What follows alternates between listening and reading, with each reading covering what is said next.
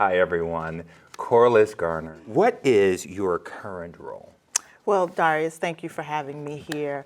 I am currently the Executive Vice President and Chief Diversity, Equity, and Inclusion Officer at Old National Bank. A whole lot of words, but an amazing role for me to really continue my commitment, not only to our team members within our organization, but also our communities. And let's talk about, because you really do, you walk the talk, and you have for years.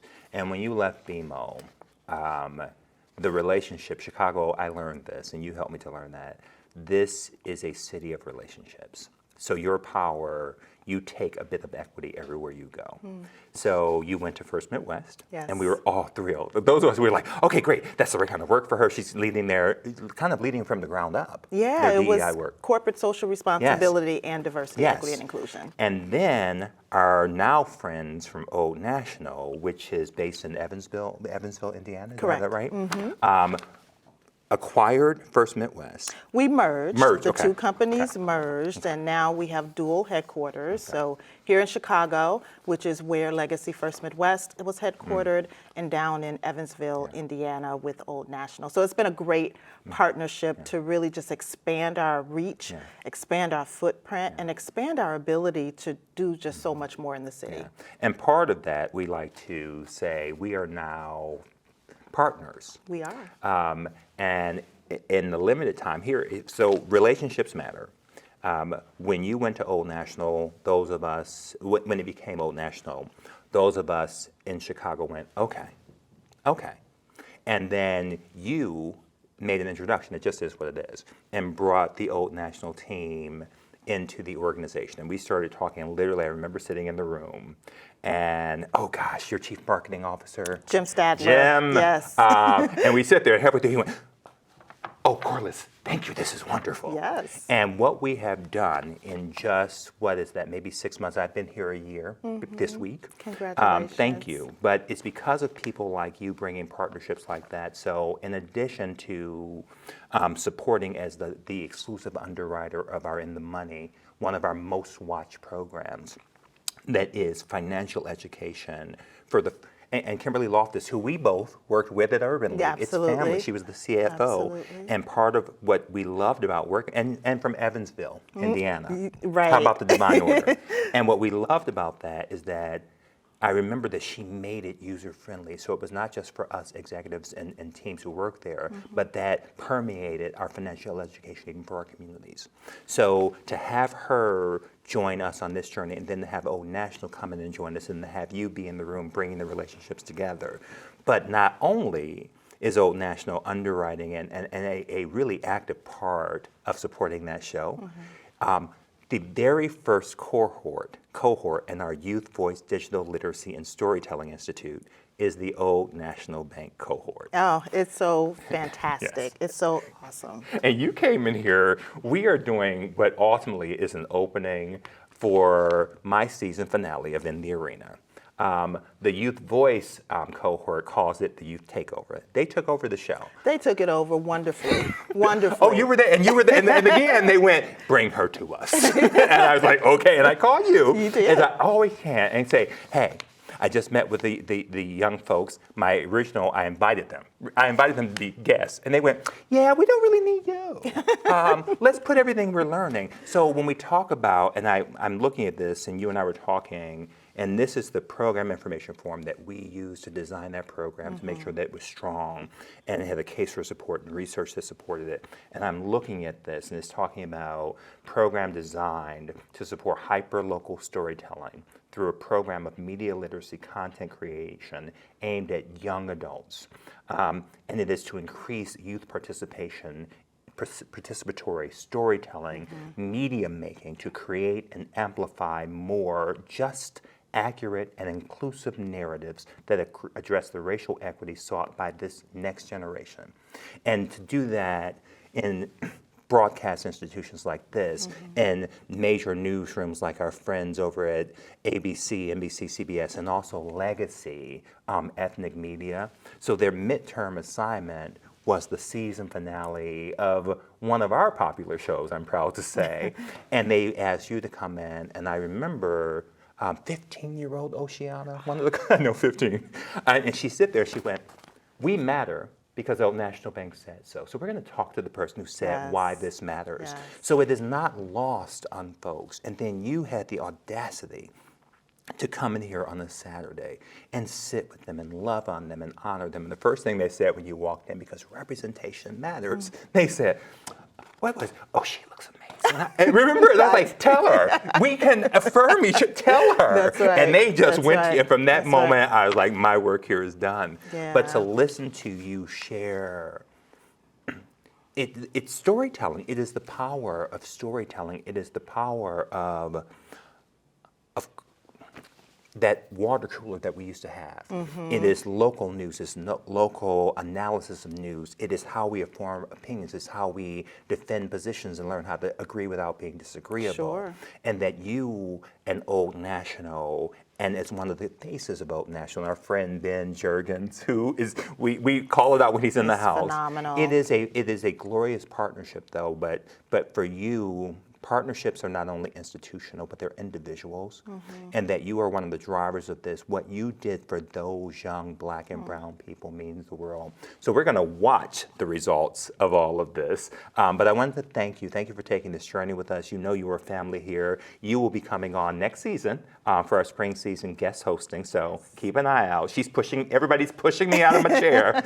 But Corliss, I respect and am grateful to you, and dare say that you have been one of the kindest leaders to me since I came to Chicago 14 years ago, and you continue to do that for the young people who we care so much about. So thank you for that. It is an absolute honor. I just want to say congratulations to you and the work that you're leading here. The young people that I spent time with, I remember being a young person and being able to spend time and see Black women in particular who were doing amazing things in their careers. And to your point, representation matters. So I really feel humbled and honored that I am able to sit in that seat and spend time with them. So thank you for allowing that. And with that, the season finale of In the Arena starts now.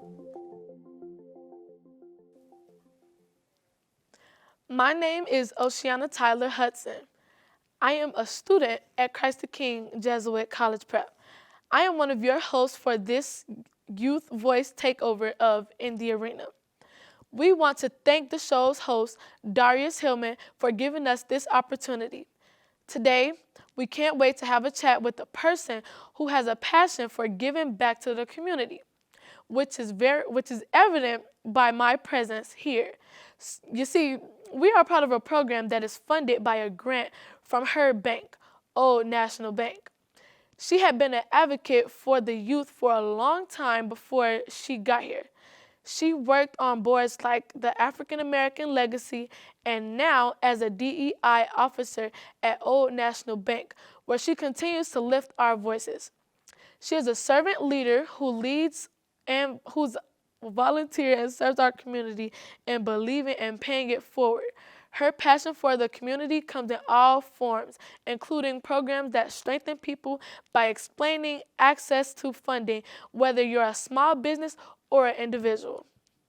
3, 2, 1. Here we go!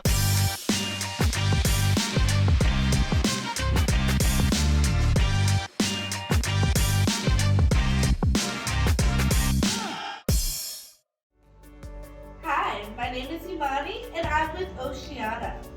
We are taking over the season finale of In the Arena.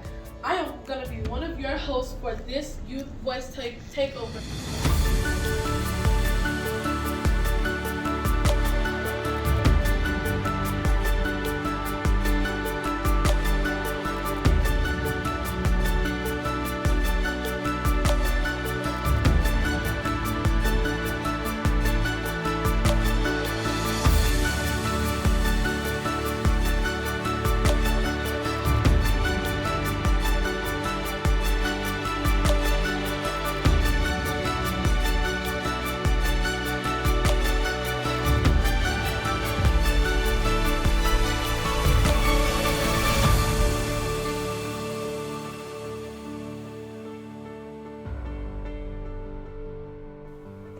Hello, my name is Imani Payne.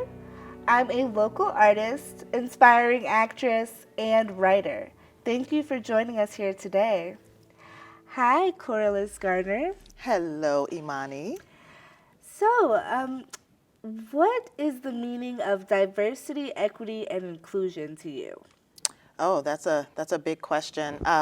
First, I'll say thank you for having me here. I'm super excited to be Yes. in the arena with you. Diversity, equity, and inclusion, I tend to talk about it first by defining what the terms are, right? So diversity really is just difference. It's just all of the unique aspects that everybody brings to the table. When I say inclusion, I mean, how do you bring all of that diversity in to ensure that it's being leveraged, that it's being harnessed, and that everybody feels as if they can bring those unique elements of themselves to whatever environment they're in? And when I think about equity, it's very different than equality, right? It's really understanding where people are starting, where they're showing up, understanding the historical context to different groups and communities, and giving people what they need to succeed. I might not need the same thing that you need to succeed. So that's the concept of equity. And when you talk about those three terms together, it's really deciding and thinking about how do you bring the best of your talent, of your community, into an environment to ensure that you're able to succeed at whatever your goals are. So, how has learning about this structure, how has it shaped your success in your career? Yeah, I think this is work that has gotten a lot more attention lately, certainly since the murder of George Floyd. But this work has been around for a really, really long time. And I've been involved in diversity, equity, and inclusion in some way, shape, or form for a better part of 20 years. Probably didn't know it was DE&I back then, but it really was. And what it really helped me do was to understand that someone like me could be successful, however I define success for me. So seeing other leaders, other Black leaders, other Black women in my environments at work and in my community really gave me the opportunity to think about what it is that I wanted to do and how I can follow in those footsteps. So, as with your experience being the head of corporate social responsibility and diversity, equity, and inclusion at First Midwest, what was that experience like for you? You know, it's been a great experience. Just to give you a little more history behind it, I've been in banking my entire life. When I was 17 years old, my dear friend and I decided to go downtown and look for jobs. And those were the days when you actually filled out a paper form and you gave it to somebody and they called you back and they said, come back and let's make sure you can read, you can write, you can spell, right? A really, really simple test. And my friend who really didn't want to work, she came and she played pin the tail on the donkey on the test, and I actually did the test. So I actually got called back to work at a bank when I was 17 years old, and I walked into the doors of that bank and didn't leave for 29 years. Oh, wow. Yes. So when I left that organization is when I came over to First Midwest to lead up corporate responsibility, diversity, equity, and inclusion. And the 29 years that I spent at that organization really prepared me, like all of the work that I did, all of the leaders that poured into me, the mentors that poured into me, it really prepared me to step into this role where I had a blank piece of paper and I was given the opportunity to build what CSR and DE&I meant for that organization. So it was really, really an exciting time. 5 months after being in the seat, though, we hit a pandemic, right? And then just a few months after that, George Floyd got murdered. Yeah. So the world literally was just changing, right? It was toppling upside down, quite frankly. And the meaning of corporate responsibility and DE&I never had more significant meaning during that point in time. So I feel really privileged and blessed to be able to kind of shepherd that work during that time at an organization that really needed to think about what it meant for them. So it's been fantastic. It's been a roller coaster over the last 3 years.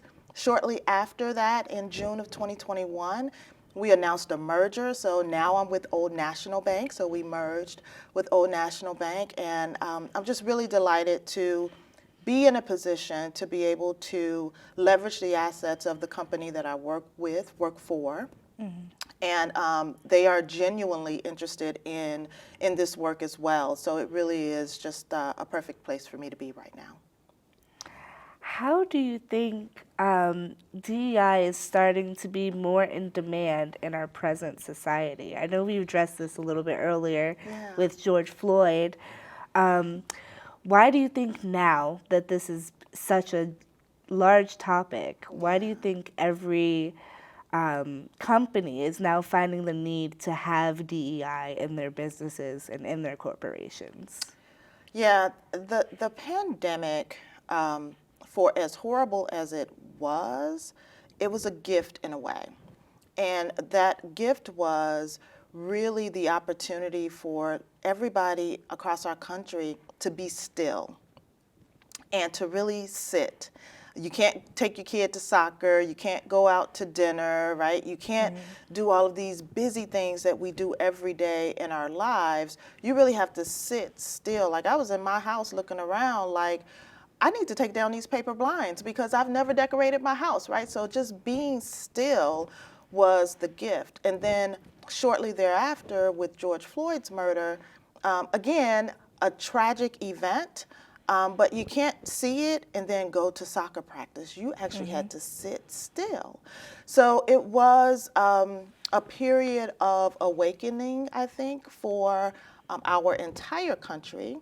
I think companies, though, realized that they had people inside of their organizations that was sitting there and watching the news like everybody across the country, and you can't ignore that, right? People are coming into work hurt, they're upset, they're broken, and some people, Black people, have been experiencing this in silence, quite frankly, right? But I think that period of time really just kind of sounded the alarm in that, yes, America, we still have an issue.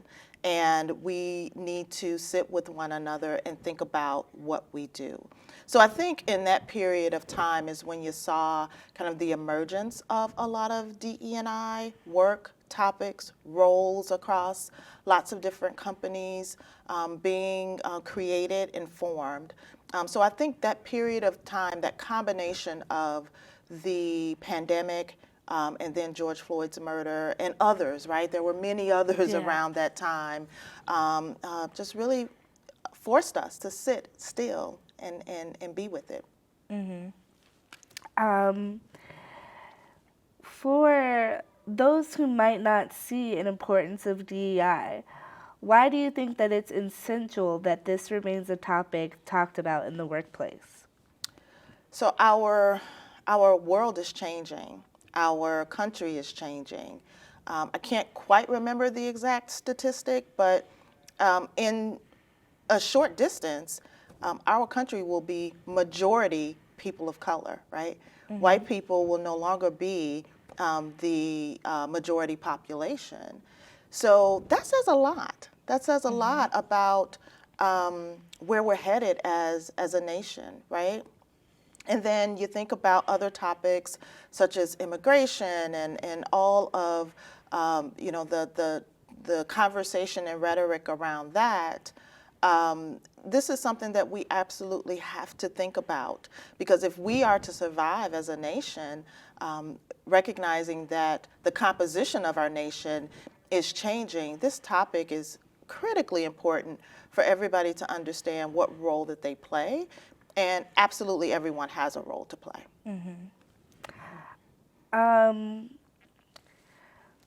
do you believe that there will be a time where there will no longer be a need for DEI? Imani, that is my hope. That is really my hope. Because folks like me in organizations, we're in roles to keep it top of mind, because it can kind of fall off and not rise to the level of priority that it should be. I think if we get to a point, and that is my hope, that roles like mine are not needed, then that means that this work is really truly a part of what everybody does. I think we're ways away from that, but that is really my hope, is to be able to work myself out of a job. So I like to get a little bit personal, if you don't mind. Okay. So I found out that you have a scholarship in honor of your mother. And I would love to hear more about your mom and how she has an impact on your career and where you are now. Oh my God, where are the tissues here? Okay, so so my mother, her name is Murray Lee Garner. She was born in a super, super small town in Mississippi, Shelby, Mississippi, and she was born during the Jim Crow era. So as you can imagine, What was that like? Yeah, black families down in the South in that era, it was not good. They made it work, and that's really what I love about the resilience of our community, like with all of the isms, right? And it's racism, it's sexism, it's all of the isms that my mother experienced. She was a truly, truly resilient woman, and that's something that we saw every day. She came to Chicago in the 60s, like a lot of black folks did, looking for better, right? Looking for more opportunity. My mother had a 4th grade education, but, and that was by just necessity, right? She is actually a woman that picked cotton. And Wow. I know, and I'm a generation removed from someone that actually picked cotton, like my whole entire family, her brothers. She has 2 brothers. My mom has since passed. She has I'm 2 sorry to hear brothers. Thank you. Still living, but my uncles and her and my aunts, they were a family that picked cotton because that's how they survived, right? Really? Wow. And because of that need to survive, her education was impacted. So she came to Chicago, but she was always able to make a living, right? To work and to support her family. I was born here in Chicago, and saw her really talk about the power of education, because she didn't have it. She knew that it was a differentiator, and she really drilled that to me and to my siblings as well. She actually ultimately went back to get her GED, and she got her nursing certificate. So she was in the healthcare field. And she really enjoyed that because she enjoyed taking care of people. So when I talk about the scholarship fund, and it's really a silly story how it got started, and I'll tell you that in a second, is really an homage to her and her commitment to education, her knowing the power of education. And, I really, heard that from her and took that seriously. And I can see how it's been truly a differentiator for me. The scholarship fund came about during my 40th birthday year. And I can't believe that was 10 years ago now. And I was asking a couple of friends, like, I'm turning 40, like I want to do something special. And one of my friends recommended that I start a scholarship fund. So I have a birthday party every year, and I told everyone, instead of giving me gifts, like don't buy a card, don't buy a bottle of wine, whatever you were going to spend on a gift, just give it to me in cash, and I'll match it, and I'll find a young black girl who looked like me, who was me, when I was coming out of high school, going into college, and try to support her. So over the course of the last 10 years, I've been able to support about 8 young women. They all have graduated from college at this point, And so that's how the scholarship fund got started. It was a party with a purpose. That's amazing. That's so amazing. Well, thank you so much for sharing and talking with us today. I really appreciated our interview.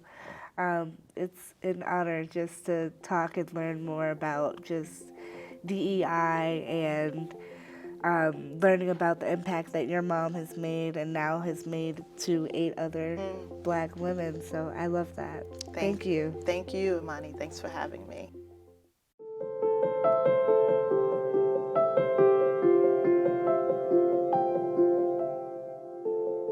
Hi, welcome back. So this is going to be the last segment, and I'm going to be asking Miss Corliss 3 questions for the road. So, if you could have dinner with any person at all, living or dead, who would you choose and why? So I'm going to give you 2 people. One would be my mom. Right. She's since passed on, so I have certainly lots of questions Makes sense. for her. And then the second would be the Obamas. And I say Oh. them because, they were the first, and really the first of anything. I would love to have a conversation with someone like that to understand kind of what that experience was like for them. I agree. Good answer. So, do you have any regrets about like your career? Anything you would have done differently? Regrets? No, but I think I would have learned earlier on in my career the power of sponsorship. And sponsorship is that notion of having kind of a cheering squad behind you Right. that is talking about you when you're not in those rooms. And Yeah. those are the folks that can make opportunities happen for you. So understanding the power of that earlier on in my career, that is something that I wish I had done sooner. Right. Okay. So, my third and final question. One piece of advice present day Corliss would have given to her 21-year-old self. That it's all going to be okay. Like whatever it is, whatever you're going through, at the end of the day, there's a reason for it. Yeah. And take that reason, learn, and move forward, and know that that you're going to be okay. Wow. That is really nice and inspirational. I want to thank you on behalf of all of the students in the program. We really appreciate you sharing these words of wisdom. Thank you so much, Oceana. I'm delighted to be here with you. As well as you. Thank you for joining us. And remember, to be the best, you have to be able to handle the worst. Thank you for having us.